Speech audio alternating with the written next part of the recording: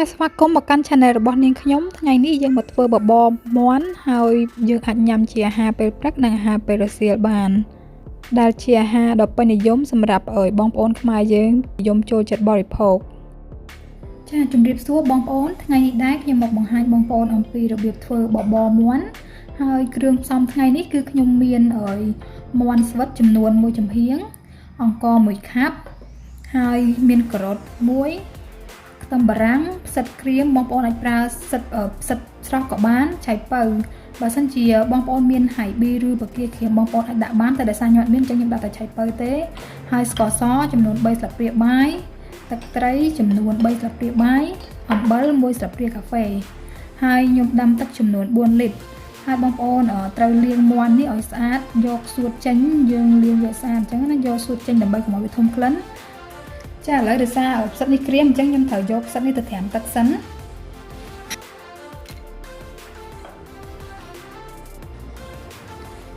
ចាហើយខ្ញុំយកអង្ករ1ខាប់នេះយកទៅលាងដើម្បីទុកវាស្រក់ទឹកចាបងប្អូនឥឡូវបន្ទាប់ពីទឹកយើងពុះហើយគឺយើងចាប់ផ្ដើមដាក់សាច់មាន់យើងចូលគឺយើងដាក់មាន់យើងចូលហើយនឹងខ្ទឹមបារាំងការ៉ុតហើយយើងស្ងោរវាចោលរយៈពេល20នាទី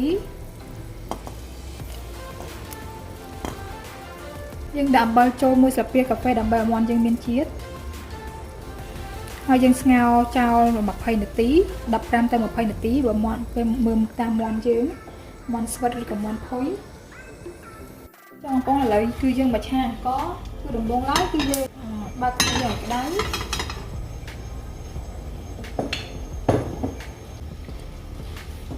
បន្ទាប់ពីខ្ទះយើងក្តៅហើយយើងចាក់ប្រេងឆាចូល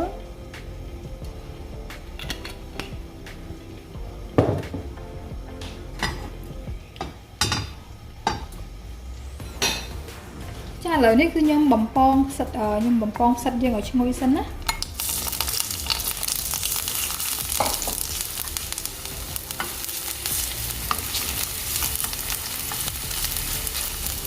បន្តិចទៅយើងចាប់ផ្ដើមឆាអង្ករ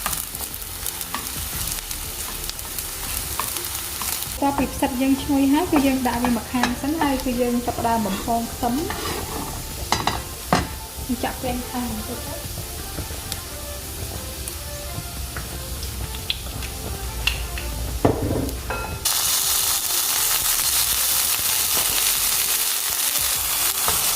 យើងដាក់បំពងខ្ទឹមឲ្យក្រហមចាំយើងដាក់អង្ករចូល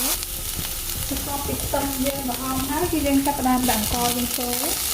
អង្ករនេះបងប្អូនត្រូវលាងឲ្យស្រក់ទឹកសិន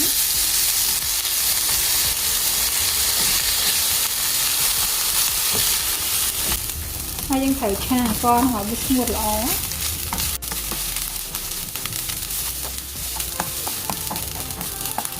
បន្ទាប់ពីអង្ករយើងស្ងួតល្អហើយគឺយើងអាចដាក់ទឹកត្រី1ស្លាបព្រាបាយចូលដើម្បីឲ្យអង្ករយើងមានក្លិនឈ្ងុយល្អ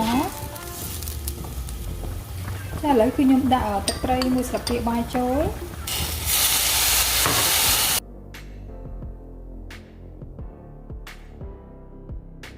យើងត្រូវឆាវាឲ្យបានស្ងួតល្អដើម្បីនៅពេលដែលយើងដាក់ជាមួយបបរទៅកុំឲ្យវាល្អក់ទឹកណា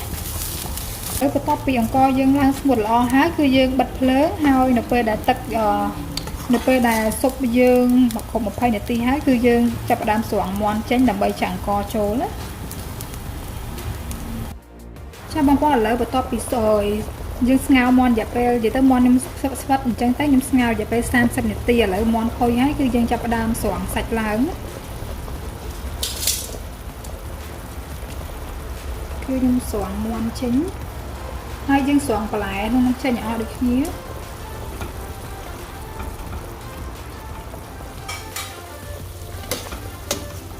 យើងស្រង់ការ៉ុតហើយនិងខ្ទឹមបារាំងយើងចេញអស់បន្ទាប់ពីយើងដុសហើយអស់ហើយគឺយើងចាប់ផ្ដើមចាក់អង្ករយើងចូល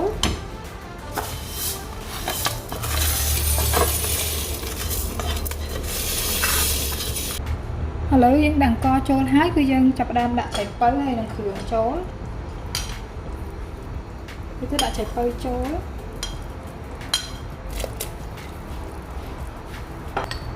ហើយស្ករស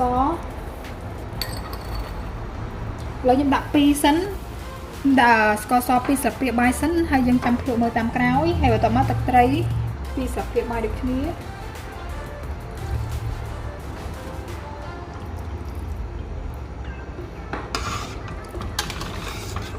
hay dân tục ỏi coi dân rít hay dân phụ mơ bà sân chỉ dương cho ba đôi chị bẩn á dân ai tham đường tam cáo bàn chẳng á cha lấy những phụ vi hao á ở vì em trên cái nhung tham bở mua sập pi cà phê hai tật tây là sập pi bài hai dương mua rồi hồ đò làm co dương rít cho bông con lại vỏ dân cho anh hái cái dân cho ra đu đã chán top bị dân đu đã chán hái cái dân cặp sạch muôn riệp trong đã tam cho nón cho nồi chất bông con trong đã bắt ná tam chất